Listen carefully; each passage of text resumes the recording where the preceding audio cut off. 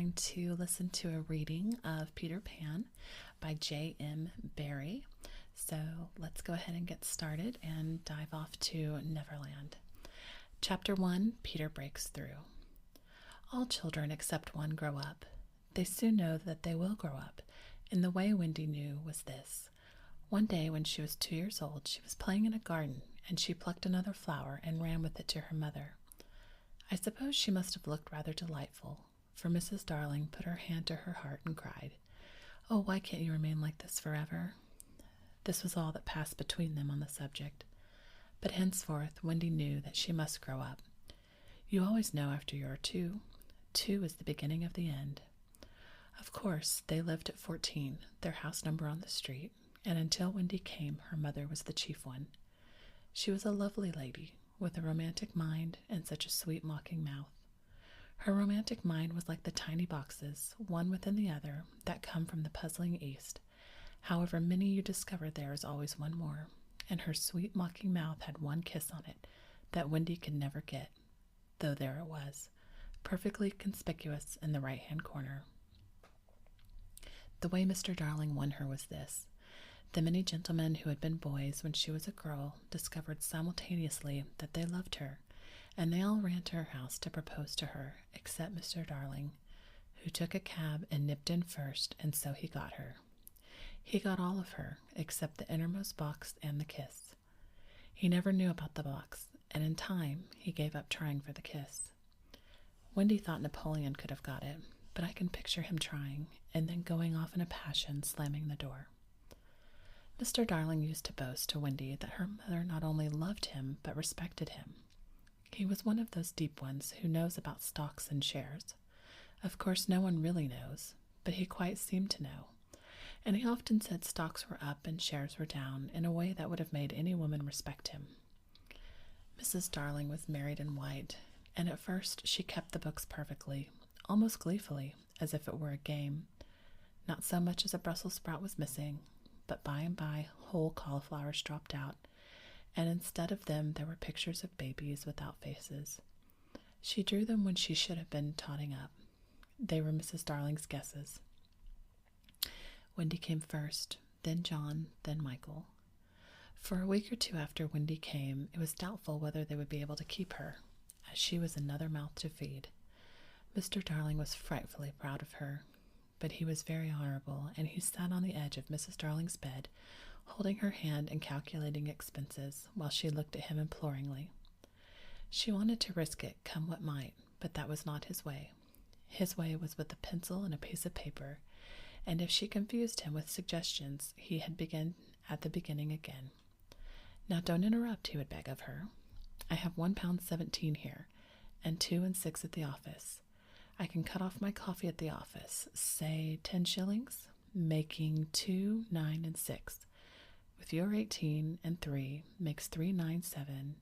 With 5 not in my checkbook makes 897. Who is that moving? 897. Dot, carry the 7. Don't speak, my own. And the pound you lent to the man who came to the door. Quiet, child. Dot, carry, child. There, you've done it. Did I say 997? Yes, I said 997. The question is, we can try it for a year or 997? Of course we can, George said. George, she cried. But she was prejudiced in Wendy's favor, and he really was the grander character of the two. Remember Mumps, he warned her almost threateningly, and off he went again. Mumps, £1. That is what I've put down, but I dare say it will be more like 30 shillings. Don't speak. Measles, 1.5. German measles, half a guinea, makes 2.15, 6. Don't waggle your finger. Whooping cough, say 15 shillings, and so on it went, and it added up differently each time. But at last, Wendy just got through, with mumps reduced to 12.6, and the 2 kinds of measles treated as one. There was the same excitement over John, and Michael had an even narrower squeak. But both were kept, and soon you might have seen the 3 of them going in a row to Miss Folsom's kindergarten school, accompanied by their nurse. Mrs. Darling loved to have everything just so, and Mr. Darling had a passion for being exactly like his neighbors, so of course they had a nurse. As they were poor, owing to the amount of milk the children drank, this nurse was a prim Newfoundland dog called Nana, who had belonged to no one in particular until the Darlings engaged her. She had always thought children important, however, and the Darlings had become acquainted with her in Kensington Gardens, where she spent most of her time peeping into peramblers and was much hated by careless nursemaids, whom she followed to their homes and complained off to their mistresses. She proved to be quite a treasure of a nurse. How thorough she was at bath time, and at but any moment of the night if one of her charges made the slightest cry. Of course, her kennel was in the nursery. She had a genius for knowing when a cough is a thing to have no patience with, and when it needs stocking around your throat. She believed to her last day in old-fashioned remedies like rhubarb leaf, and made sounds of content over all this newfangled talk about germs and so on. It was a lesson in propriety to see her escorting the children to school, walking sedately by their side when they were well behaved, and butting them back into line if they strayed. On John's footer, days that she never once forgot his sweater, and she usually carried an umbrella in her mouth in case of rain. There is a room in the basement of Miss Folsom's school where the nurses wait. They sat on forms while Nana lay on the floor, but that was the only difference. They affected to ignore her as of an inferior social status to themselves, and she despised their light talk. She resented visits to the nursery from Mr. Darling's friends, but if they did come, she first whipped off Michael's pinafore and put him into one with blue braiding, and smoothed out Wendy and made a dash at John's hair. No nursery could possibly have been conducted more correctly, and Mr. Darling knew it, yet he sometimes wondered uneasily whether the neighbors talked. He had his position to the city to consider. Nana also troubled him in another way. He had sometimes a feeling that she did not admire him. "I know she admires you tremendously, George," Mrs. Darling would assure him, and then she would sigh to the children to be especially nice to father. Lovely dances followed, in which the only servant Liza was sometimes allowed to join. Such a midget she looked in her long skirt and maid's cap, though she had sworn when enraged that she would never see Tin again. The gaiety of those romps, and gayest of all, was Mrs. Darling, who would pirouette so wildly that all you could see of her was the kiss, and that if you had dashed at her you might have got it. There never was a simpler, happier family until the coming of Peter Pan. Mrs. Darling first heard of Peter when she was tidying up her children's minds. It is the nightly custom of every good mother, after her children are asleep, to rummage in their minds and put things straight for next morning, repacking into their proper places the many articles that have wandered during the day. If you could keep awake, but of course you can't, you would see your own mother doing this, and you would find it very interesting to watch her. It is quite like tidying up drawers. You would see her on her knees, I expect, lingeringly humorously over some of your contents, wondering where on earth you had picked this thing up, making discoveries sweet and not so sweet, pressing this to her cheek as if it were nice as a kitten, and hurriedly stowing that out of sight. When you wake in the morning, the naughtiness and evil passions with which you went to bed have been folded up, small, and placed at the bottom of your mind, and on the top, beautifully aired, are spread out your prettier thoughts, ready for you to put on. I don't know whether you have seen a map of a person's mind. Doctors sometimes draw maps of other parts of you, and your own map can become intensely interesting, but catch them trying to draw a map of a child's mind, which is not only confused, but keeps going round all the time. There are zigzag lines on it, just like your temperature on a card, and these are probably roads in the island, for the Neverland is always more or less an island, with astonishing splashes of color here and there, and coral reefs, and rakish-looking craft in the offing, and savages in lonely lairs, and gnomes who are mostly tailors, and caves through which a river runs, and princes with 6 elder brothers, and a hut fast going to decay, and one very small old lady with a hooked nose. It would be an easy map if that were all, but there is also first day at school, religion, fathers, the round pond, needlework, murders, hangings, verbs that take the dative, chocolate pudding day, getting into braces, say 99, 3 pence for pulling out your tooth yourself, and so on. And either these are part of the island or they are on another map showing through, and it is all rather confusing, especially as nothing will stand still. Of course, the Neverlands vary a good deal.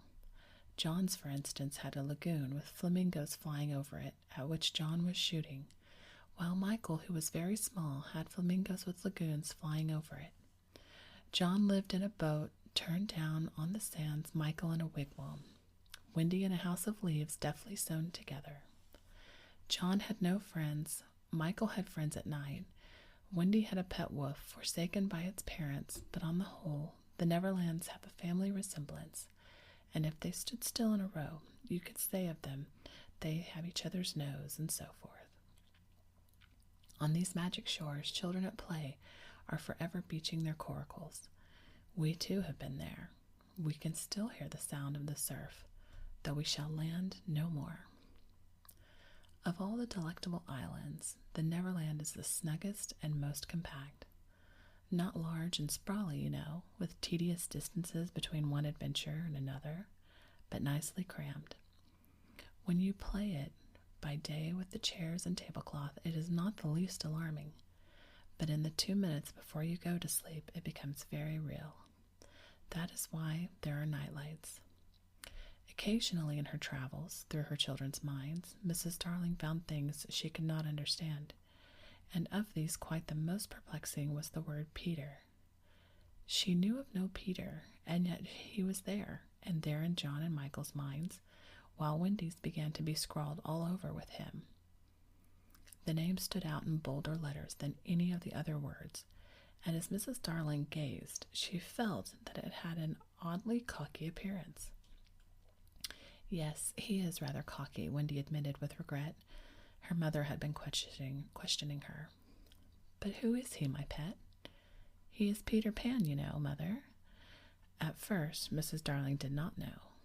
But after thinking back into her childhood, she just remembered a Peter Pan who was said to live with the fairies.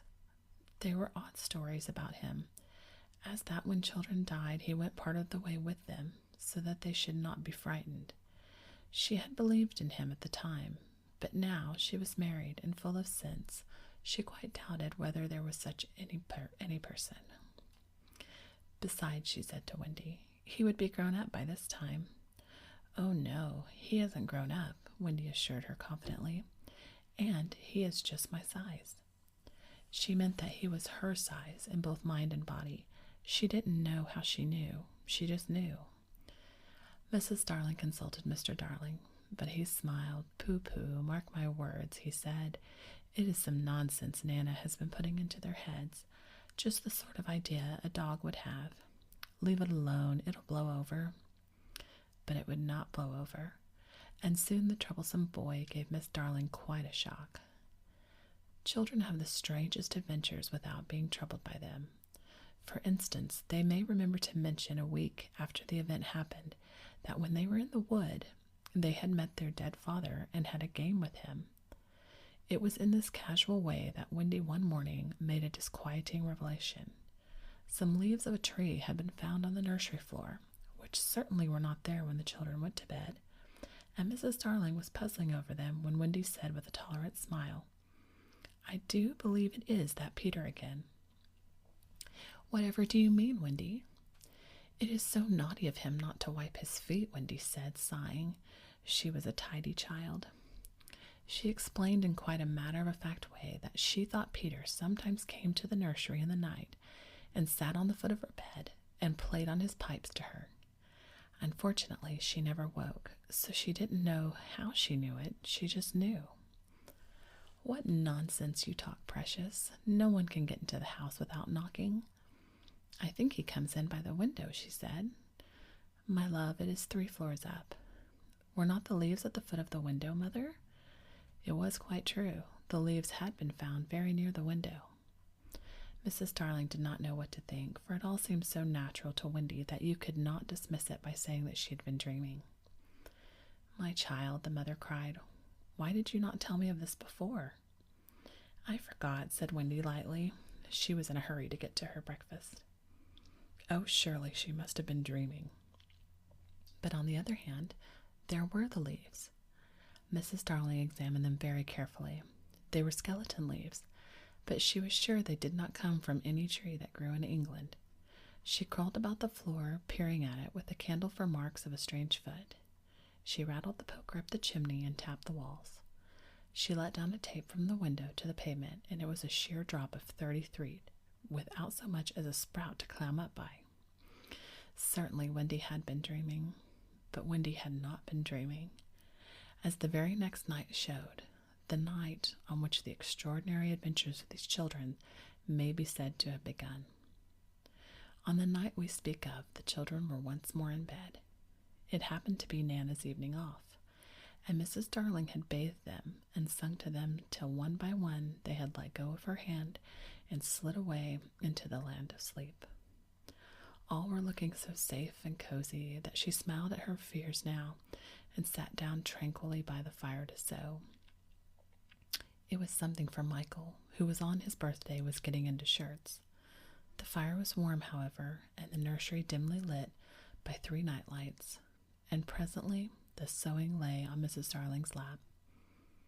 Then her head nodded, oh, so gracefully. She was asleep. Look at the 4 of them, Wendy and Michael over there, John here, and Mrs. Darling by the fire. There should have been a 4th nightlight. While she slept, she had a dream. She dreamt that the Neverland had come too near and that a strange boy had broken through from it. He did not alarm her, for she thought she had seen him before in the faces of many women who have no children. Perhaps he is to be found in the faces of some mothers also. But in her dream, he had rent the film that obscures the Neverland, and she saw Wendy and John and Michael peeping through the gap. The dream by itself would have been a trifle, but while she was dreaming, the window of the nursery blew open, and a boy did drop on the floor. He was accompanied by a strange light, no bigger than your fist, which darted about the room like a living thing, and I think it must have been this light that wakened Mrs. Darling. She started up with a cry and saw the boy, and somehow she knew at once that he was Peter Pan.